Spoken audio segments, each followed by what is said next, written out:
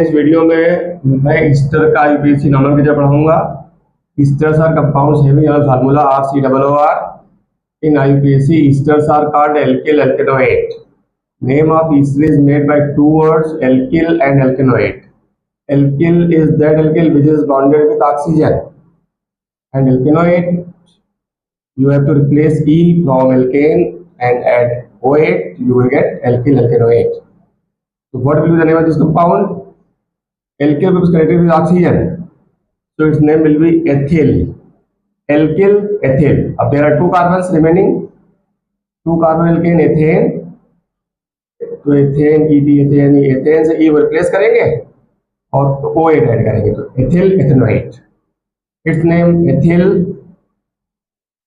And there are 3 carbons 2 and 3. 3 carbon alkane propane propanoate.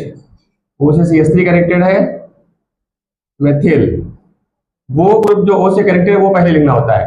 3 एक 4 carbon, 4 carbon alkene butane, और butane से E हटा करके OH ब्यूटेनेट. 1 carbon with their CH5. CH5 is attached with oxygen. So first of all you have to write ethyl.